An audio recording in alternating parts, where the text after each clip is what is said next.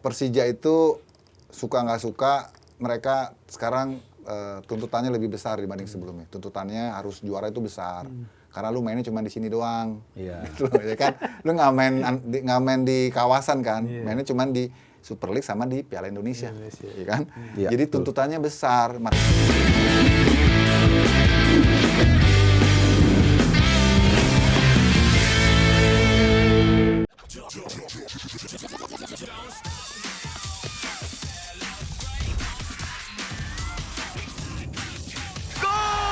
Untuk perayaan yang never stop, segerin dengan Hydro Coco. Don't stop the celebration. Bicara kembali lagi ke awal bahasan kita, lagi-lagi prioritas. Persib ini prioritasnya mau kemana nih? Buatin tuh skalanya, misalnya dari 100% lu punya punya energi gitu ya. 60%-nya buat Asia misalnya. Ininya buat Super League-nya misalnya 30%, sisanya 10%, 55 lah buat ASEAN. Sama Piala Indonesia. Piala Indonesia. Ini contoh ya kan harus begitu. Kalau udah kayak begitu kan semua berarti visinya, semua sistemnya, persiapannya semua ngacu ke situ, ke prioritas itu kan. Nggak bisa lu ambil semuanya. Pemain ini kan bukan robot. Pasti dia harus bagi-bagi. Ya harapannya sih bisa bersaing di Asia, di ACL 2, dan juga di Indonesia juga jangan dilupain karena untuk main di Asia harus masuk Betul. 2 besar juga kan. Betul. Minimal 2 besar kan. Dan Persib Bandung selain di Asia tentunya ya tetap punya ambisi lah untuk jadi juara Pasti, Super League. pasti. Dan Paling skenario kayak kemarin, jadi tunggu di sana Nah. dulu nasibnya seperti apa. Iya. Kalau di sana lanjut, ya dia mungkin tuh agak gamang tuh. Gamang. Tapi kalau di sananya udah gugur kayak kemarin lawan Saburi kan udah out, udah fokus balik ke Mas sini. Yuke pernah ngomong Pernah juga bilang, di sini kan, iya. kata Mas Yuke ini kalau Persib di ACL 2 gugur, Udah nggak udah. tertahan. Ya, mirip musim lalu kan? Iya, Iya. mirip banget Nggak musim lalu. tertahan. Dan musim lalu sebenarnya ada blessing in disguise juga ketika mereka gugur di ACL 2, mereka kan lagi dikuntit terus tuh sama Persija Borneo. Jadi langsung ditumpahin semua ininya. Tapi kan sekarang ya nggak tahu ya, mungkin greedy manusia bukan greedy ya, artinya ego manusia yang ingin juga sebanyak mungkin mereka gapai, tapi at the end benar yang tadi dibilang ya nggak bisa juga, kemampuan Persib kan terbatas kan. Dan kemudian di Piala Indonesia tadi balik lagi, apakah mereka kemudian memainkan pemain lapis 2 itu hampir pasti. Dan tidak ada larangan untuk itu juga. Nah itu yang kadang-kadang jadi jadi polemik kan, kayak kemarin Piala Presiden itu kan Persija mungkin udah ada punya planning TC ke Thailand, cuman karena mungkin ini membawa nama presiden, jadi sehingga akhirnya mungkin akhirnya mereka menurunkan tim terbaik, padahal mungkin kepentingan mereka berbeda. Nah ini kita lihat pasti memang harus ada prioritas dan pasti memang harus ada rotasi. Di sinilah kemampuan seorang pilot ya bernama Igor Tolic untuk bisa mengatur itu semua sih. Paling itu nanti buat yang Piala Indonesia paling anak-anak EPA dimainin juga. Enggak lah, EPA 20. EPA 20. Bisa. Awal-awal mungkin ya. Iya. Karena Awal-awal, mungkin ya. yang lain juga mikirnya begitu kan. Kalau pas mereka irisan sama jadwal Super League, jadwal yang lebih penting ACL ya mau nggak mau kan. Pernah kok kalau nggak salah di Inggris, gue lupa ya tim apa kayak gitu juga. Ada Piala Liga. Kalau nggak salah Liverpool. Iya. Piala Liga sama Piala Dunia Klub kan. Iya, oh iya sama Piala Dunia Klub. Zaman Klopp. Lawan Wolverhampton, dan itu mainnya cuma beda sehari pas sama gitu. Iya. Sedangkan kan Piala Dunia Cup mainnya di Arab ya. Di luar Inggris lah. Di luar Inggris ya. Sedangkan lawan Wolverhampton ya di Akhirnya di pakai kandang pemain Wolverhampton. Man Youth. Iya, Pemain Man Youth Youth. di babat abis sama Wolverhampton. Nah, ini Persib di 3 laga awal Super League kan tentunya lawannya nggak mudah ya. Di match pertama lawan PSM. Ya. Kandang. Kedua Persija. Lawan Persija. Ketiga lagi lawan Persija. Kita tahu kan ya PSM musim lalu susah dikalahin Persib kan. Walaupun Persib menang tapi menangnya tipis mulu kan. Terus Persija juga walaupun menang tapi tipis juga kandang tandang kan. Persijap nih jadi satu-satu tim yang nggak pernah kalahkan Persis nih musim lalu. Melihat jadwal di 3 laga awal ini merupakan kerugian atau keuntungan bagi Persib Bandung nih? Ya tergantung hasilnya nanti. Karena ini kan beda dengan musim lalu ya. Musim lalu Persib tidak sesibuk musim ini. Walaupun di awal-awal dia lambat masuk gigi 1 gigi 2, tapi dia masih punya punya kesempatan untuk revive lagi kan. Nah, kalau sekarang udah nggak bisa nih. Kalau dia dari awal stall di 3 pertandingan awal, maka dia akan makin berat nih. Karena kan makin padat nanti jadwalnya. Ada ini. Kalau dulu dia masih bisa banyak nafasnya nih. Apalagi kita tahu semua Persija sangat berambisi untuk juara. Jadi menurut gua dan ya walaupun kita belum tahu ya gimana racikan Sintayong, tapi dari segi dukungan Gubernur Pramono Anung juga udah berkali-kali mengatakan harus juara. Mereka lebih serius kelihatan lah, lebih haus, dan ya nggak bisa kayak dulu lagi, nggak bisa lagi ya musim lalu 3 pertandingan awal berebet juga kok. Nggak masalah gitu. Nggak masalah, nggak bisa. Sekarang nggak Jadi bisa. kalau dia dari awal nih bisa, let's say mungkin lawan PSM dia bisa menang, mungkin ya. Lawan Persija, let's say dia bisa curi poin, lalu Persijap dia bisa menang, ya atau mungkin dia lawan sama Persija anggaplah bisa aja dia kalah, tapi 2 pertandingan ini menang, itu kan lebih banyak poinnya dibandingkan 3 musim lalu. Mungkin dia akan bisa lebih lebih kuat menghadapi sisa pertandingan. Plus juga secara percaya diri kan penting ya. Mereka nggak dari awal udah punya modal poin. Itu yang menurut gua nggak bisa disamain sama musim lalu sih.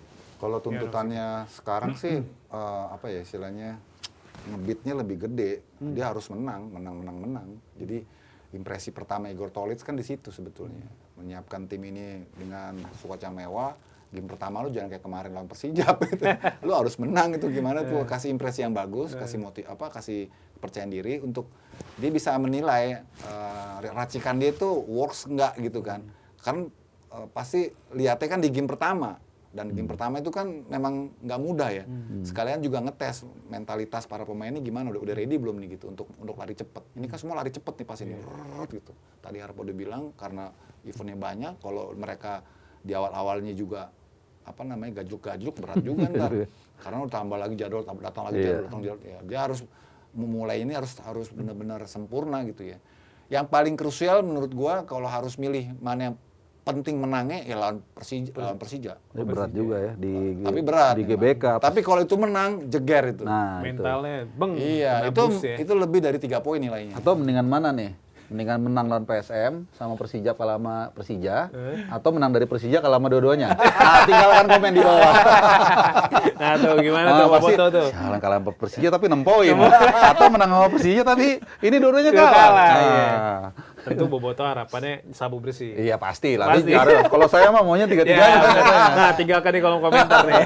Tapi gini, satu lagi yang penting juga, kita agak mungkin sedikit lupa ngebahas Igor Tolic nih. Kalau waktu itu di awal-awal berebet Persib, menurut gue ya mungkin Boboto bisa sharing ya.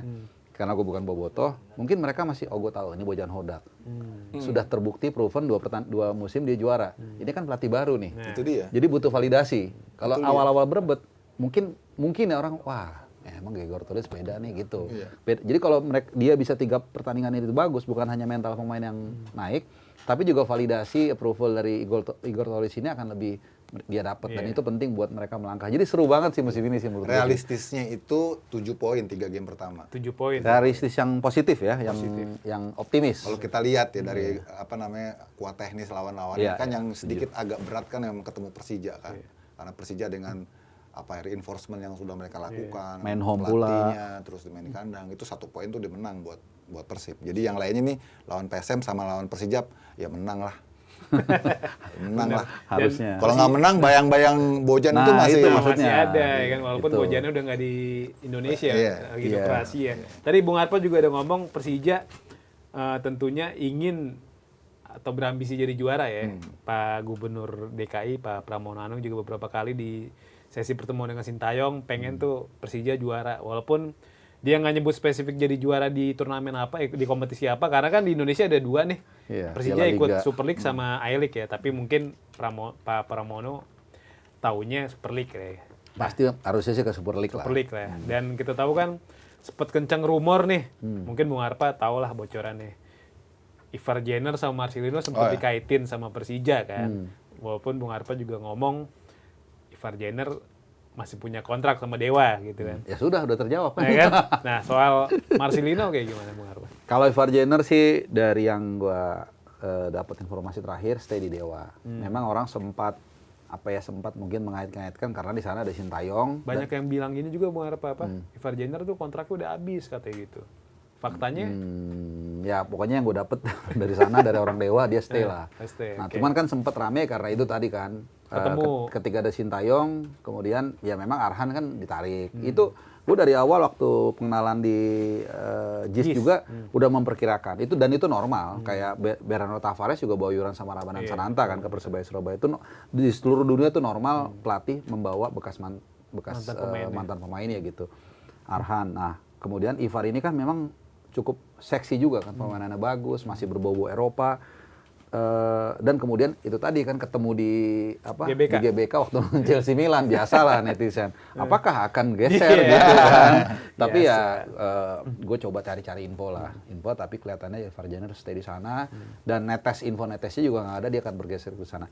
Kalau Marcelino Ferdinand, gue yakin itu masuk dalam radar Sintayong.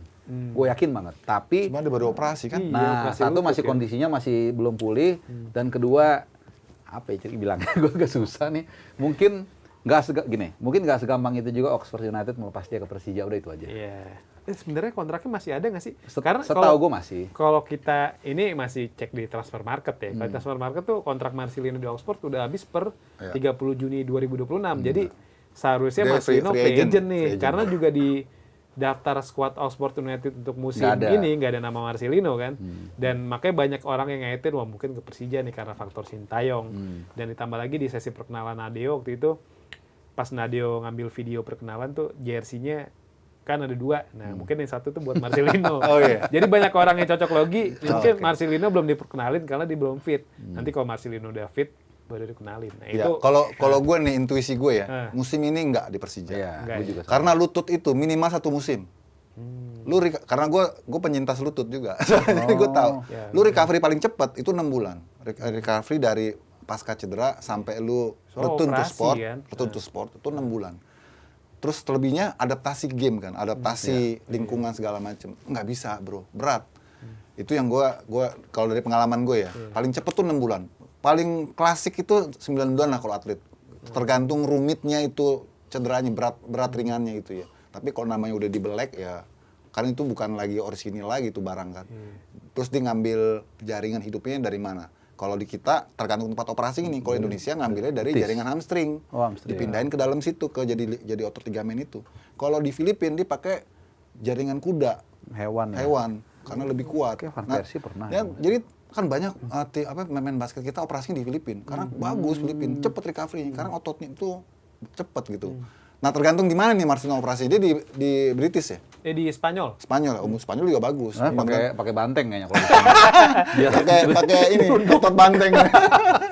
Pas main langsung nyeruduk deh. Kalaupun memungkinkan next season mungkin. Next season. Kalaupun sekarang dipaksain dia main, katakan di paruh musim dia gabung Persija, nggak akan optimal, bro. Cedera lutut tuh nggak akan optimal. Dia perlu waktu untuk recovery yang cukup lama. Sayang banget. Terus kalau Dewa, 2 hari lalu gue nonton uji coba Dewa lawan Persikat.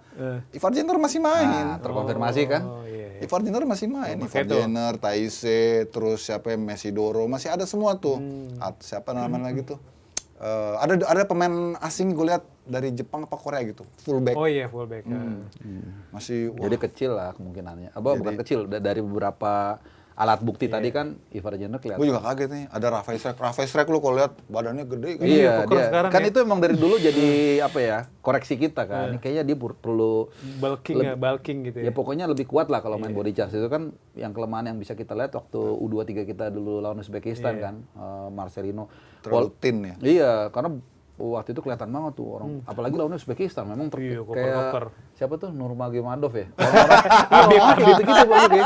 Orangnya benar-benar kuat-kuat dan begitu main kelihatan. Jadi ya Rafael Strijk mudah-mudahan bisa compete lagi lah. Terus Bagaimanapun ada juga si pemain timnas. Egy sama Ricky Kamboya, mainnya walaupun kemarin gue lihat nggak ada jajak, nggak berubah lu mainnya Dewa. Iya, Lu. masih Enak dilihat top tuh. ya. Cepet tight, terus progresif, terus rapet. Wah, enak. Pelatih baru, Pelatih Smart baru ya. Locks itu Iya, kan. iya. Pelatih dari Brazil pernah bawa Persepolis juara. Buliram juara ASEAN Cup Championship sama dia waktu juga itu. betul.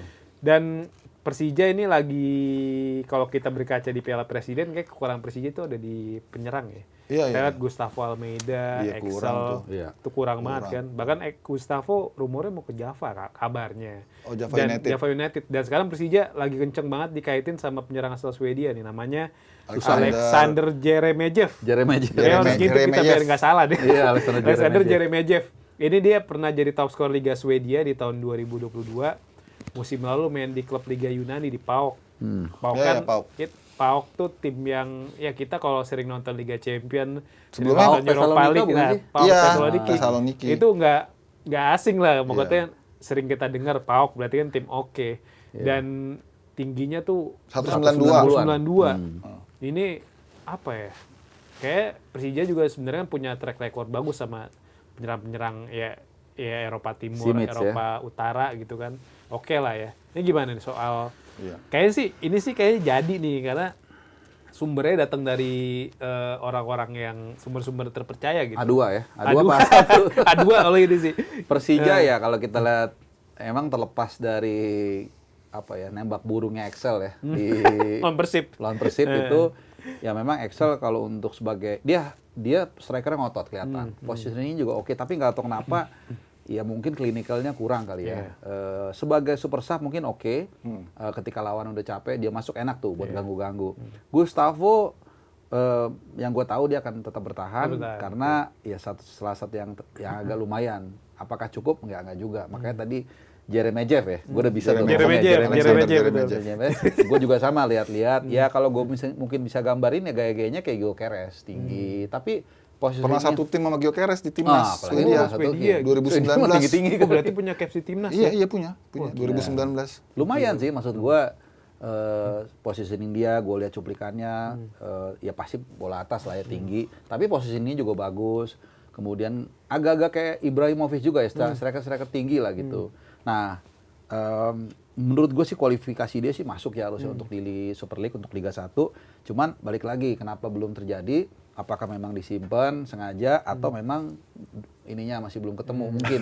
Tapi sih kan katanya 500 miliar ya. Harusnya dapat lah bisa. Harus lah 540 miliar lah segini receh. Betul, harusnya bisa. Ya ini perlu sih mereka tetap untuk ada targetnya di sana. Karena gini, Persija itu suka nggak suka mereka sekarang tuntutannya lebih besar dibanding sebelumnya. Tuntutannya harus juara itu besar. Karena lu mainnya cuma di sini doang. Iya. Gitu, ya kan? Lu nggak main di kawasan kan? Mainnya cuma di Super League sama di Piala Indonesia. Ya kan? Iya, Jadi tuntutannya besar. Makanya apapun harus dilakukan gitu loh. Termasuk untuk nambel kekurangan di depan. Si Gustavo bagus, tapi anggot-anggotan. Iya. Excel Konsisten. bagus, nabrak-nabraknya bagus, klinikalnya kurang memang kan. Kan butuh striker yang established ya. Gue jadi inget dulu Persija tuh waktu zamannya Thomas Doll, dia punya Yusuf Helal. Iya, supaya. Terus gelandangnya itu Harno Bahren. Harno Behrens. Itu top banget itu. Terus belakangnya Kudela. Kudela. 3 doang loh, mainnya udah kayak Eropa. Kalau ini kan sekarang udah pemain asingnya dibebasin nih. Sintayong juga udah bisa datengin pemain yang dia mau ya. Iya, Tinggal Timur. tambah satu pucuk di depan, senjata yang tajam gitu, ya gue rasa bisa makin menguatkan tim ini gitu. Bener. Dan Persija juga jadi satu dari beberapa klub di Indonesia yang TC di luar negeri yang kita tahu. Thailand. Paling di selain Persija paling Persik ya di Malaysia kalau nggak Jadi salah. inget kayak dulu Persib waktu persiapan ke Thailand juga. Nah, ya. iya. Sekarang Persija. Tahun lalu Iya Persib kan? kan lawan Ratchaburi, lawan beberapa klub kalau nggak salah 3 laga uji coba. Nah Persija kayak mengemulasi Persib di musim lalu nih. Iya. Kan besok tanggal 19 Agustus Lawan Tero, lawan Polisi. Polistero. Iya, Polistero. Terus tanggal 23 atau tanggal 22 lawan Chiang Rai. Chiang Rai. Mainnya di Bangkok ya.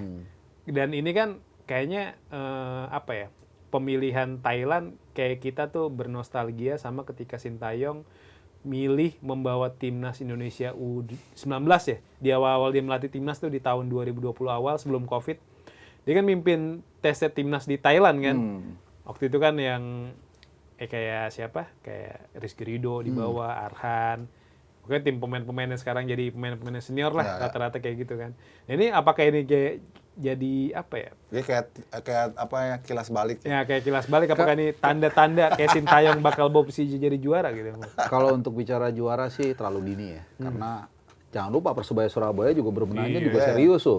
Dan mainnya juga enak liatnya. Tapi menurut gua ini lebih kepada, gua rasa bukan kebetulan ya.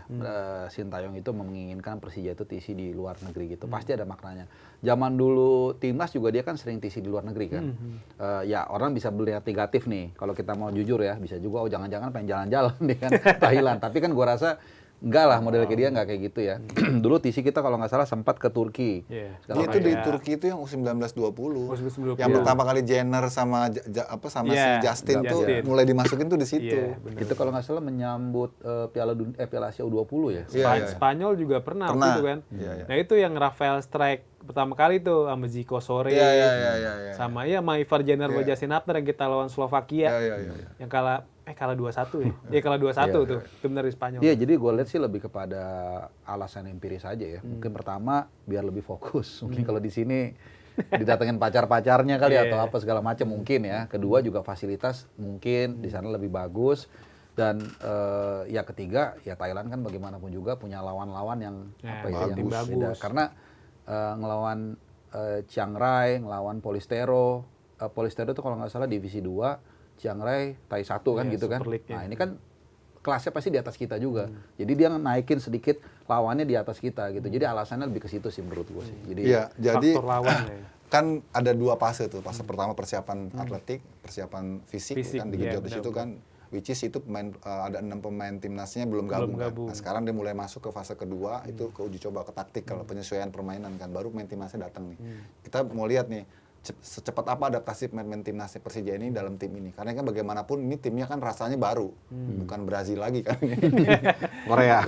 Ini kan lebih ngandelin ke apa namanya? Ke taktikal, ke fisikal gitu, lebih ke power sebenarnya. Nah, ini yang gue lihat memang kenapa dipilih ke Thailand, dan kalau kembali ke Persib tahun lalu juga memilih Thailand karena Thailand tuh timnya taktikal. Mereka mainnya taktikal banget. Kalau kita kan main di sini, Tom Haye tuh udah kayak kepiting rebus. Main fisik terus, dia kejar terus segala macem. Nah, kalau karena itu lagi makanya tuh level sepak bola kita memang harus diakuin masih di bawah Thailand. Thailand tuh di sana mikirnya main bolanya nggak pakai kaki. Pakai otak. Kalau kita kan masih pakai kaki. Kasarnya gitu ya. Bukan nyalahin 1-2 tim ya, tapi secara umum sepak bola kita tuh Liga Super banyak ngandelin fisik. Fisik dalam arti power, strength. Jadi taktiknya agak kurang, makanya pemain-pemain yang punya kecepatan tuh yang paling favorit, paling laku gitu ya. Kalau di sana kok udah enggak, makanya kayaknya ST coba ubah mindset itu. Sekarang kita mainnya taktikal ya. Gue udah siapin nih basic fisik ini. Sekarang kita main ke taktikal. Harus lebih advance cara mainnya. Kan lebih kelihatan nih dipegang ST, agak progresif Persija tuh, lebih ada temponya, ada iramanya gitu, nggak kayak zaman Mauricio Sousa kan nyerang mulu gitu. Begitu balik naik bajai balik. Padahal bajai udah jarang. Tapi emang itu, emang fisik ya, kita tahu lah pelatih Korea kan selalu menekankan ke situ kan. Sebagai progres yang gue tahu waktu waktu Persija di Surabaya itu Piala Presiden kan gue kesana sempat ngobrol dengan salah seorang Persija. Ya dia bilang, wah ini masih 60% bang katanya. Oh ya udah, berarti kan asumsi setelah ngikutin Piala Presiden, habis itu TC, sekarang mungkin udah 80-90.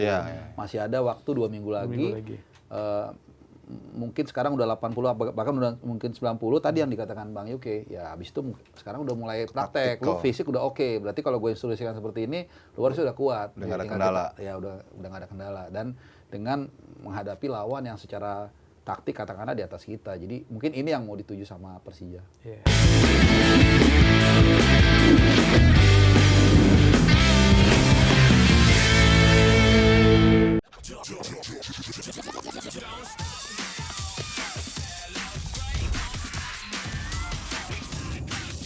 Go! Untuk perayaan yang never stop, segerin dengan Hydro Coco. Don't stop the celebration!